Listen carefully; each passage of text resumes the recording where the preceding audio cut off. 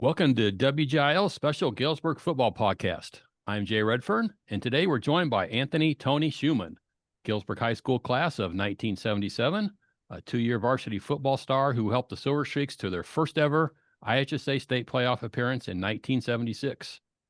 Now a partner with the Chicago law firm with over 40 years in law, Tony still carries Galesburg pride. From the gridiron to his professional life, we're going to dig into Silver Streak's story and beyond. So, Tony, thanks for joining me today on WGIL. Thank you for inviting me, Jay. Yep, you're very welcome. We're glad to have you. So, we tried to cover all the decades in this series, and we're in the 70s now. So, let's dig into Streaks football. You played on Coach Kelly Kane's only his second team in 1975. What was a young Coach Kelly Kane like back then? As you said, he was young, but he was very enthusiastic. He was a lot of fun to play for, easy to talk to, hard-nosed, but not too bad, I think. I never felt, that he treated us, grinded us into the ground. So I enjoyed playing for him the 2 years that I played. Yeah, some younger coaches come in, they're really enthusiastic, but it sounds like he was kind of had things under control a little bit. Yeah, he did. I believe he changed the culture of what the high school football was. He changed the offense. He changed the defense. I think he made us a little more exciting than what Galesburg High School had been. And it was Coach Van Dyke forever, and then there was a little interim there with Coach Johns, I think, and then Coach Kelly Kane takes over. So, Galesburg football was just 4-5, I believe, your junior season, and then 76 you had that breakout and went 7-3, unbeaten Western Big Six Conference champs, and made Galesburg's first ever playoff appearance. What was the difference between 75 and 76? Do you think? I think it was primarily we gelled a little more. When I was coming up in high school and all sports, the players that I played with, a lot of them I knew since I was 9 and 10 years old. Mm-hmm. So on that team, there were a lot of guys that I knew from a very young age and had grown up playing all sorts of sports with. And we had a couple of juniors that came in and contributed. So we were, if I'm correct, we lost our first two games. You did lose the first two games. Actually, yeah, 21-20 to Alton and then 13-6 to Dubuque Wahlert. Yeah, they were close games, but we ended up losing, and then we went on a run and went undefeated in the Big Six and didn't lose to the playoff game. I talked to you before, and you said you went to Churchill, and I've asked other players that played. There's no Churchill-Lombard rivalry anymore. Those schools are gone as far as like that age group. But what was it like to kind of have to mesh with the Lombard players coming in? It wasn't tough at all. I mean, we had our sophomore year, and I knew most of them. Like I said, we all grew up together, and even though we were rivals when we were in junior high, we knew each other. We were friends, and we knew who the good players were on Lombard. So we were happy to have them. At least I was. Okay. That's where Dean McKillip came from. Okay. Mark Cunningham. I can't think of some of the other ones, but yeah, Chuck Unger. I should remember him. He was my roommate in college. Mm-hmm. So yeah, we got a couple of really good players that meshed together and made that sophomore team. Okay. Like we said, you were a two-way starter, running back and defensive back, serving as a captain, I believe, as your senior year. You mentioned Dean McKillip. I talked to him earlier this week to get a little insight on you, and he said, had great things to say. He said, you may have been the fastest kid on the team, or at least one of them, and that you were an unselfish player with an outstanding football IQ. How would you describe yourself as a football player back then? Motivated. Motivated? I was very motivated to play football. In Churchill, we were the undefeated. Well, we weren't undefeated. We lost one game in 3 years at Churchill playing basketball. And then that team went on and was undefeated playing basketball. So I think being motivated and wanting to be competitive and wanting to win was instilled all the way back when I played Pee Wee football with Claude Piggy, Yeah. who was my junior league football coach, and going through the Morgans at Churchill, and then Kelly Kane had that. So I wanted to win. I wanted to win very badly all the time. Yeah. So you mentioned going back to Pee Wee. I mean, did you always want to be a football player? I did. Was that Football was my number one sport, but like a lot of kids in my class, at least a lot of the guys, we played everything. And I think a lot of times, I mean, I played baseball, and baseball wasn't my favorite, but I played Little League baseball just to continue to be with my friends and play sports in the summer. Yeah. How would you describe yourself as a running back? I was fast. Tried to, in high school, I didn't mind taking hits or giving hits. When I got to college, I realized I was small, so I became more elusive and gave up the run, probably a little faster then.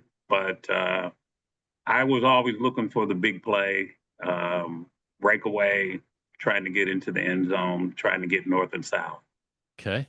This is Jay Redfern. I'm talking to Tony Schumann, GHS class of 77, a star football player on the 76 playoff silver streaks. So we mentioned, you lost those two first games of the season, and then you ripped off wins over Allum and Burlington, Quincy, Moline, Rocky, East Moline, and Pekin, and then it's off to the playoffs. What do you think enabled you to turn it around? I think we just knew or started to believe, even though we lost those two games, I think we started to see how good we really were. And I think, we had Dean, and Dean played as a junior, and, Dean was a great running back, but, he couldn't do it all. And Right. so Dean's and defensive king on Dean opened things up for the other players, and certainly opened it up for me. And Dean was a great blocker. He was and he didn't mind blocking. He didn't mind when I could rip off a big play, and he was laying on the ground with three people on him. He loved that. He loved that. Yeah. Describe, what kind of offense did you guys run? We were running the double wing, which I had never seen before in my life when Coach Kane came. Uh-huh. And one of the things I remember is watching it in the gym before we even putting pads on, and when lineman was not even lined up, and it was just the quarterback and the running backs running the plays, and how deceptive it was with the motion and the fake handoffs and the counters and traps. And so to me, it was a very exciting looking and interesting offense. And you guys had so much talent, as you mentioned, and Dean said this too, that the opponents couldn't really key on any one aspect because you had talent, no matter where you were on the field, basically. Yeah, we could. And it was an option football team. That was the other thing. It was, it emphasized the option, which meant, when I was in motion and I was the trail back, you had a quarterback that could cut up. You had Dean that could run inside. You had a quarterback that could pitch the ball. And so, yeah, you had to figure out how to defend the option play when you played us. Okay. Who was your quarterback that year? The senior year, it started off as Kevin Lewis, and then it was Bruce Seiler, I think. Seiler, correct. Yeah. Yeah. What led to that change in quarterback? I don't know, to be honest with you. Yeah. That was a change that you'll have to ask Coach Kane about that. Okay. I thought they were both pretty similar, in terms of running the ball and what little passing we did, passing the ball. Bruce may have been a little faster, and maybe he just ran the option a little better, because we ran a lot of option, and maybe Coach Kane felt Bruce was better at running that play. So that does take a little acumen from the quarterback on, what to do and when. Yeah. Who were some of the other key players on that team? Chuck Unger, Gibson, Mark Cunningham, Tim Smith, Barry Cheeseman, Michael Turner, Kyle Theory. Trying to think of, I can't think of the name of our kicker was also a defensive tackle, I think. And I can't think of his name right now. He was a junior. Okay. But we had two big defensive tackles in the middle. And Mike Turner was not huge, but he was the nose tackle, and he was really good at being able to slide in the gaps. Okay. And then you also played defense, correct? I played, in my junior year, the idea was that I was going to start at free safety, and I was playing behind another running back, Flater, starting out, and he ended up getting hurt. And I remember Coach Kane saying, you better get some rest because you're going to have a long day. And I think for a lot of that season, I played offense. I think the only time I wasn't on the field was kickoff. Kickoff was the only time I wasn't on the field. And then my senior year, I didn't start on defense, but I would play on passing down. Okay. So I would come in and just line up and play man-to-man with the other team's best receiver.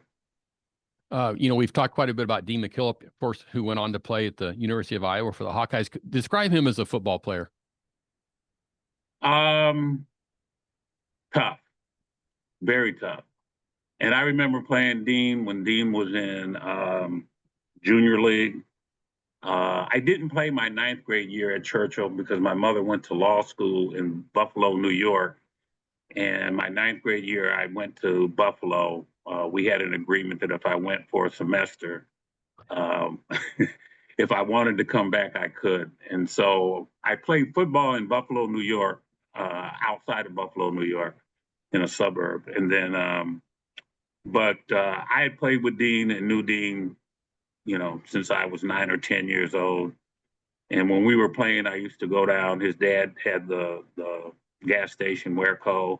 And I used to go by there and sometimes and just sit around and talk with Dean, and we would talk about the upcoming season and, what we were going to do and what we wanted to do. So back then I was pretty close to Dean.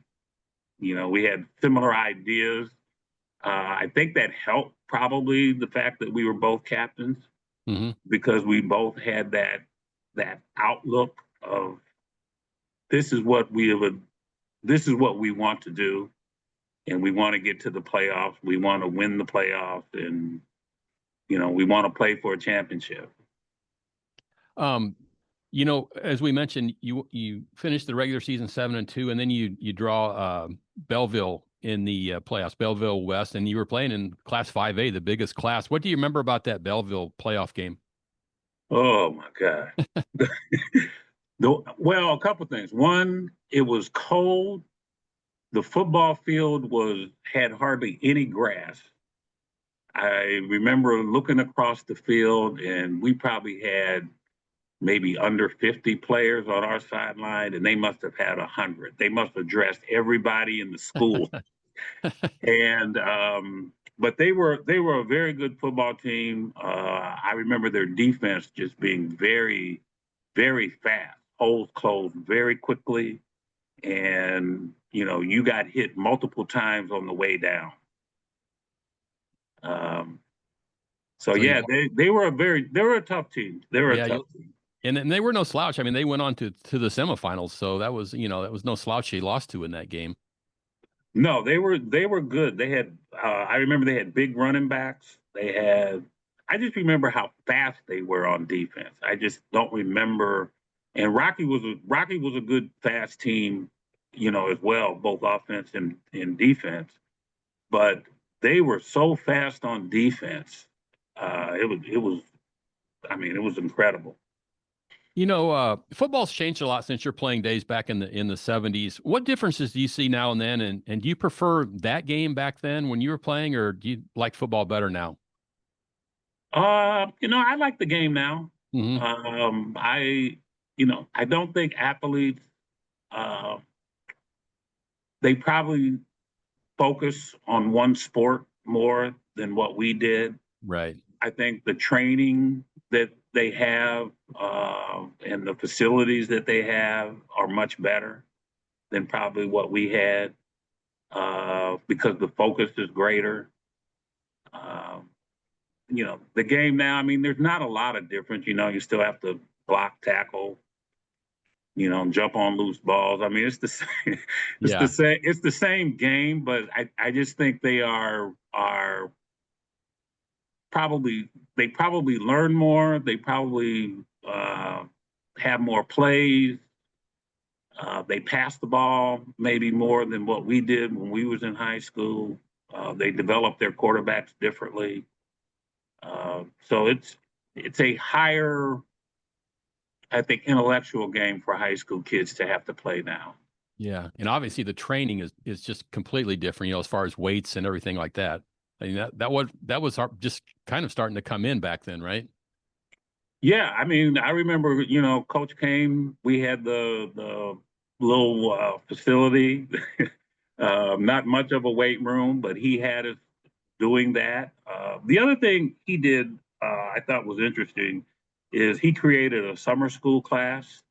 Okay. And we took the class, and we could work out. We couldn't practice, and he couldn't really coach us, but he could teach us. And what he was teaching us in the classroom was, for instance, the different defenses that would be played and why they played that defense, what the purpose of that defense was, what was the best aspect, and then how you exploit that defense. So even when I went, from high school to college, I had an idea as a running back, if a team played a certain defense, what the tendencies were. Mm-hmm. And that even carried over to college, where I had a good idea. And college was different because I played tailback as opposed to a wing back. So I could see the defense more before I got the ball. Take me back. What was it like to be a high school student in Galesburg back in the mid-70s? It was fun. Yeah. You'd go back? Yeah, it was fun. I had a lot of fun in school, and it was tough. Some of the classes were tough. I was not a very good math student, but everything else, I think I carried my own. Okay. You also ran track, right, for Galesburg? I did. Okay. How did the track experience go for you? That was another Coach Kane. I had never ran track before he came, and he basically said, you need to play a spring sport. But track was natural, Right. But what it did, it did help me learn, and I think it helped develop speed, and it helped me learn, running the 100 and the 220. It made me learn how to run, and run Right. fast and use your arms and get your knees up. And so it helped in football, especially on the breakaway, that I knew how to sprint. Okay. This is Jay Redfern. I'm talking to Tony Schumann, Galesburg class of 77 and a player on the 76 playoff team for the Silver Streak. So you've mentioned college. You went on to play 3 years of college football at Augustana in the Quad Cities. How was that experience for you?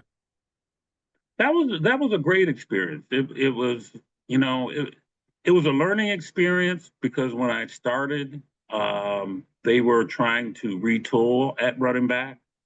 And so when I came in as a freshman, there were, I think, 13 tailbacks. And I looked at my name on the depth chart, and I was something like 12 or 11. Uh-huh. And I'm like, okay, this is going to be tough. But uh, I ended up actually playing and starting some of the games my freshman year at the end of the season. So I matriculated my way up through to get, to get time and play varsity football. How did you land at Augustana? Was recruited pretty heavily by the coach. Uh, my mother liked the academics of Augustana, Uh-huh. as opposed to some of the other schools I was looking at. Um, they had a good football tradition. Um, and as I said, they were retooling at tailback and was looking for running backs.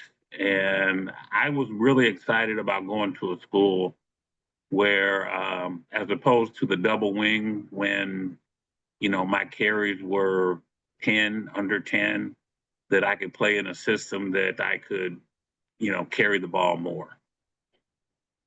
And that was it was after Kenny Anderson went to Augustana, correct? Oh, much after. Yeah. Yeah. I'm not that old, Jay. Yeah. Yeah, Kenny had been gone for a while. Okay. Yeah. And then Augie, really kind of after you left is when they really kind of turned it on, correct? Yeah, I started all that. You say you set them up, right? Yeah, I set them up, but no, they did. They after I stopped playing, I think they because there was a coaching change when I was playing, and Bob Reed from Mhm. Geneseo came in to be the coach. But he took that team and they played. I remember they played Georgia Southern, and they lost the Division III championship. And Georgia Southern moved up to Division II the next year, and then I think they ran off 4 straight Division III championships. Okay. Yeah. When you were done with football, obviously at Augustana, were you really done with football or did you miss it? I missed it. I stopped playing. I didn't play my senior year. I started looking at it, I think for a couple of reasons. One, I felt I was lucky that I had played and not been hurt, not had any serious injury. Um, and as much as I loved the game, I knew I wasn't going to be a professional football player, Hmm. and that I needed to focus on going to law school, which is what I wanted to do. So I decided not to play, just focus a little more on academics, LSAT, trying to figure out what law school I was going to land, if I could, get accepted and then land in a law school. Hmm. So, uh, but I mean, I love the game. I watch the game all the time, college and pro. Uh, I've switched over the years. At one point, I think I was watching more college football than pro, and now I probably watch more pro. I have a couple of friends that are sports agents, and so I've gotten to know a couple of professional football players. One is Marshall Falk. I Oh know yeah. his agent, and I met him when he was young, just starting out in Indianapolis. And me and him have remained friends and still communicate, talk to each other. Yeah. He's a big golfer, and when he comes to town, he'll call me up and we'll see if if he has time, if we can get on the course and play around. Yeah. We remember him around here from being with the Rams, of course, who, the Super Bowl, and they trained right down the road here in Macomb. So, Yeah, he to me was one of the greatest running backs I had ever seen. And a nice guy. I mean, we would talk football, all the time, in high school football and what it was about. But he had a style of play that I think was very unique at the time he came in. And there's mhm. a lot of running backs now wearing 28 and want to emulate Marshall Faulk. Right. So you graduated from Augustana in 1981 and from Southern University Law Center in 84, and you've been a practicing attorney in Chicago since then. What led you into law? Um, my mother, when as I said before, she went to law school later in life, and she graduated law school when I graduated high school. And she started working in a firm in the Quad Cities that was where Augustana was. Okay. So I started to kick around in the law firm and do some part-time stuff for them, around the office to just make a little money. And I got to know the lawyers and started one of the lawyers was a lawyer named Jim Nepple, and he had a disease that he gradually went blind. So at the time I was working there, I had the experience of being able to actually take him to court and actually see a lot of in-court what was going on at a young age, even before I went to law school. And so beside my mother, there were other lawyers that I befriended, and I just came to the conclusion that this was something that I would like to do. So And obviously, you've been very good. Your resume is so impressive. Kind of just briefly tell us, how your career has gone in law. it was interesting. I started off in private practice. I worked for the public defender's office in Cook County, doing mainly criminal. I then went back and did some private practice, some employment law, more of a general practice. Then I started focusing with the firm I'm with now. I've been with them going on 11 years, and it's a national firm. It's the largest minority-owned law firm in the country. Our law firm probably has 560 lawyers, maybe, and 51 offices around the country. And I've had the opportunity of creating a particular law practice group called the Business Risk Division, which is investigations, regulatory compliance, just non-litigation, more before litigation, and trying to work with clients to keep them out of litigation, and making sure that the group, not just me, but making sure that they are complying in different areas such as finance, healthcare, insurance, banking, and other industries. So I personally, as part of that group, probably more so lean toward employment related investigations, where I will come in and do an outside investigation of a complaint to HR, or before trying to resolve the matter or advise the client of the matter before it gets to litigation and what they should do going forward. And if it was, if the complaint is legitimate or not. So I like it better than litigation. I've done a lot of trials, and trial work is tough work, but the investigatory work and the work I'm doing now is, you start it, you figure it out. I use my litigation skills to try to understand how this might end up at a trial, and advise the client on, what to do, whether it's, disciplining someone, or, some other way to deal with it. And have you always been in the Chicago area? Yeah. Yeah. Yeah. What tied you down? Not tied you down, but what did you like about staying in Chicago? I like the city. I mean, I came here because I knew people here. I thought if I could start here young and practice in Chicago, I could probably practice anywhere in the country, it being, a large court system with a lot of lawyers.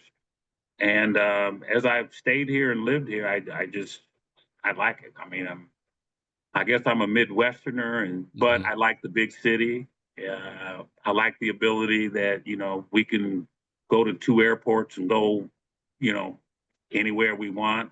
Mm-hmm. I still like the seasons, although I'm gravitating to more warm weather because I'm a golfer. Right. But no, Chicago is a great city. It really is. I enjoy it. I have nothing bad to say about Chicago. Okay. What lessons would you say from playing sports maybe carried over to your career in law and just life in general? I think what I said before: motivation, competitiveness, uh, preparation. A lot of what I do, it's just preparation. Confidence. I think being an athlete and being successful in athletics led me to have confidence. The confidence that if I put in work, if I can pretty much do anything I want. So I never lacked confidence. When it came to practice the law. Yeah. What do you remember, specifically about Galesburg High School and the facilities there? I mean, I know you don't come back often. I'm sure you've been back. You recently seen just it's completely different from when you were there. What was it like, facility wise, both in the school and at the football field? The football field was, I think, relatively new back when you were playing. I think it was. I think it had new turf, but it was grass. It wasn't the artificial turf that they have now. Right. But no, it was, it was. But we did have, I thought, good facilities. I we played in a big league, a big conference. Mm-hmm. We were in a big division statewide. And we never thought ourselves as being a small school. So it amazes me to see how Galesburg itself, as well as the high school, has shrunk over the years. Right. Because I think when we graduated, we were graduating, close to the same amount per year as some of my friends that went to the bigger schools in Chicago, the Lane Tech, the Gordon Tech, the CVS. I mean, their classes and our classes were not that big a difference. Right. And that's back when it was a 3-year high school. When I was there, it was 3-year high school. So that was just three classes at a time. That was, and that was different than a lot of schools, but we had that junior high rivalry Yeah. that I think helped drive the sports and helped in all sports that rivalry from 7th to 9th grade, especially when you got to 9th grade, was special. Any regrets? You said you missed your 9th grade year. Any regrets having to miss that here with your friends? Yeah, I miss Galesburg, and I came back, right after Thanksgiving. I miss football, but it was funny when I went. I wasn't going to play when I went to the high school. I mean, because it was a high school in 9th grade that I went to, and I was just out at PE or something like that, and we were playing flag football. And then this guy came up to me. He says, "Have you ever played football?" And I was like, "Yeah, I have." He said, "I want you to go talk to these guys." So I went over and I talked to the coaches. And next thing I knew, even before my mother knew it, I had a uniform. I was going to practice. I don't even think I told her I went to practice for the first week. And she didn't, because she was worried about law school. So she didn't even notice I was coming home late. And Yeah. But no, I ended up playing a full 9th grade year there, but which was different, Then But they probably didn't want you to leave then, did they? they didn't. They wanted, and I was playing pickup games with some of the basketball players, but I think I really wanted to come back to Galesburg because we were so good in basketball, even though. That basketball team was something, and Yeah. I was like, I can't miss out on that. And at the time, we hadn't even lost a game yet, so we were still undefeated going into our ninth grade year. So Yeah. uh, Yeah, those were great times for basketball back then, and especially some of your classmates, maybe not the same year, Mike Campbell and Scott Kelly, and that group. That was when they went on to state. oh yeah, Mark Brown, Raleigh Yeah, Williams, Mark yeah, Mendez, Mike my cousin Wilder. Michael Wilder, Yeah, uh, no Barry Cheeseman. I mean, we were really good in ninth grade, but our ninth grade class weren't really tall. All the height that junior year came from the seniors. yeah. And I mean, they just had a lot. I mean, like we mentioned, Campbell and Kelly and Bill Dwyer and Slim Brown. I mean, that was probably as tall a team as they've ever had in history, I would imagine. So, Yeah, and then I mean, Rance and yeah, Michael and Mark and Barry. I mean, no, was a it was a great team. It was yeah, a great team, and the yeah, team that they beat to get in the super sectionals, I think, to get to state, Peoria Richwoods, was the team that when we were in junior high beat us. okay. Was our only defeat was to that team and probably 3 or 4 of their players that were on that high school team. Yeah, and they beat them bad as juniors too. I think they got beat by like 50 points, and then obviously, like you said, they came back and beat them their senior year. So that's when Yeah. Richwoods had Derek Holcomb and Mark Smith, and that's everybody expected them to go to state. Yes, yes. That was kind of an unexpected but great win Yeah, for Galesburg High School. yeah. Let's finish with a rapid fire. I'm going to toss out a prompt and hit me with your first thoughts. So, how about sports idol or idols growing up? Probably Gale Sayers Okay. Did you go to as a young man. Did you go to Galesburg games when you were young? Yes. Okay. Did you look up to any of the guys that were a few years ahead of you? Um, Not so much in football. I think in basketball, a lot of the guards, I looked up to. I liked, my mother was the director of the Carver Center, so a lot of Oh the yeah. African American athletes, Ruben Triplett, Leon Luckett, a lot of those older guys, Hmm. I was around them and saw them, and so those were the ones that I remember, and I kind of idolized Dale Kelly a little bit. Okay. I was really young when he was playing, but Right. uh, I remember when he was playing. Yeah. Just a little off track here, but did you ever get to know the Kimbros?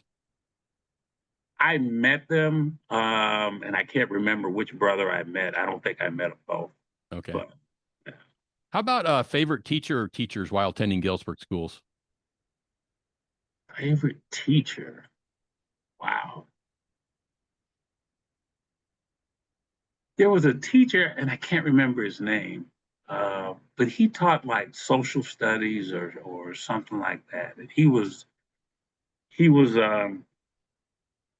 I just liked him. I liked his teaching style. He was funny. He was dramatic. He Yeah, made the class fun. I'm sorry I can't think of his name right now, that's okay. but that would be the one that that sticks out in my mind. That I always liked going to class and see what was going on, and it could have been history or something like that. So he made it fun. Okay. How about if Tony Schumann hadn't have been an attorney, what would he have been? Um, I think a coach. Coach?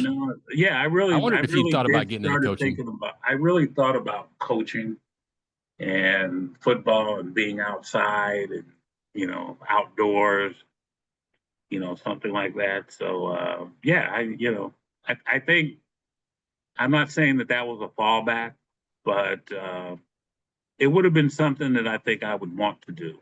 Okay. How about favorite meal growing up in Galesburg?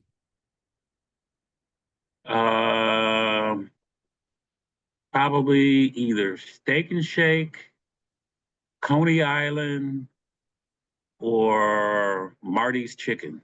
Okay. I just went to Coney Island before we got on here, so you picked a good one there. So, how about do you have a fictional Favorite fictional lawyer from a movie or TV show? Hmm. Or is it not even close to what you what the real world is? Well, it's not really close to what the real world is, to be honest. I think the one that stands out, and I probably have a lot of them, but the one that stands out is with Tom Cruise when he, goes into the courtroom and says, "Oh, this is what a courtroom looks like." Uh-huh. And so I did like that movie. But there's a lot of good lawyer movies uh, that I like. A Time to Kill, that was a great movie with was it Matthew McConaughey I was the believe so. lawyer in Yeah, there? I believe so. Yeah, yeah, that was a good movie. Okay. How about this or that? Scoring a touchdown or winning a big courtroom argument?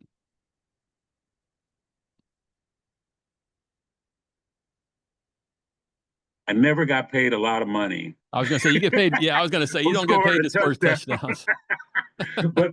but the thrill and the elation of scoring a touchdown is a little different than winning a trial Yeah. or a courtroom argument. Okay. And I always wrap up with this one, Galesburg. What does Galesburg mean to you? Uh Home. I mean, Galesburg is home to me.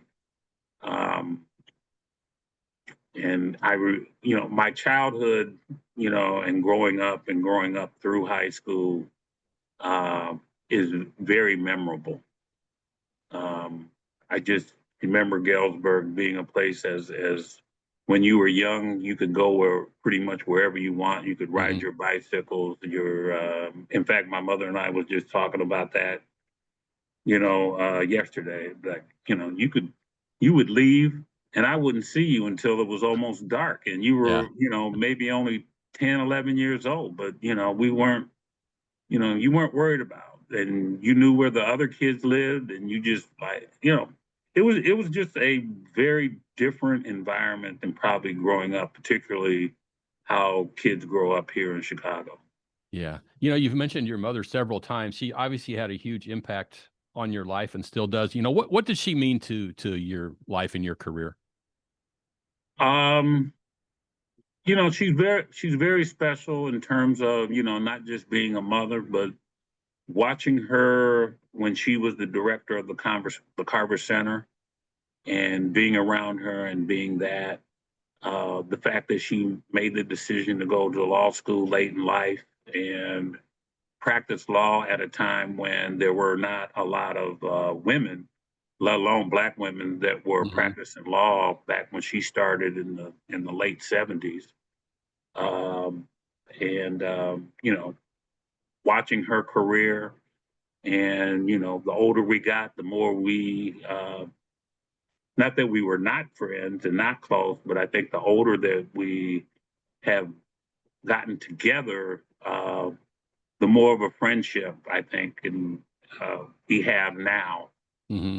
That she's retired, and I kind of do a few more things for her than I might have done when I was young, and we keep up with each other maybe more than we did when I was in school, or when I was a young lawyer and she was still practicing. Right. Uh, so yeah, she means quite a bit to me. Yeah. And that's our time with Tony Schumann, Galesburg High School class of 1977, and a key part of that 76 team that made the historic run to the state playoffs. So, Tony, thanks for sharing your story from the gridiron to the courtroom. So, we really appreciate you joining us. Thank you, and again, for inviting me, Jay. It was great to talk to you and reminisce a little bit. Thank you very much. You're welcome.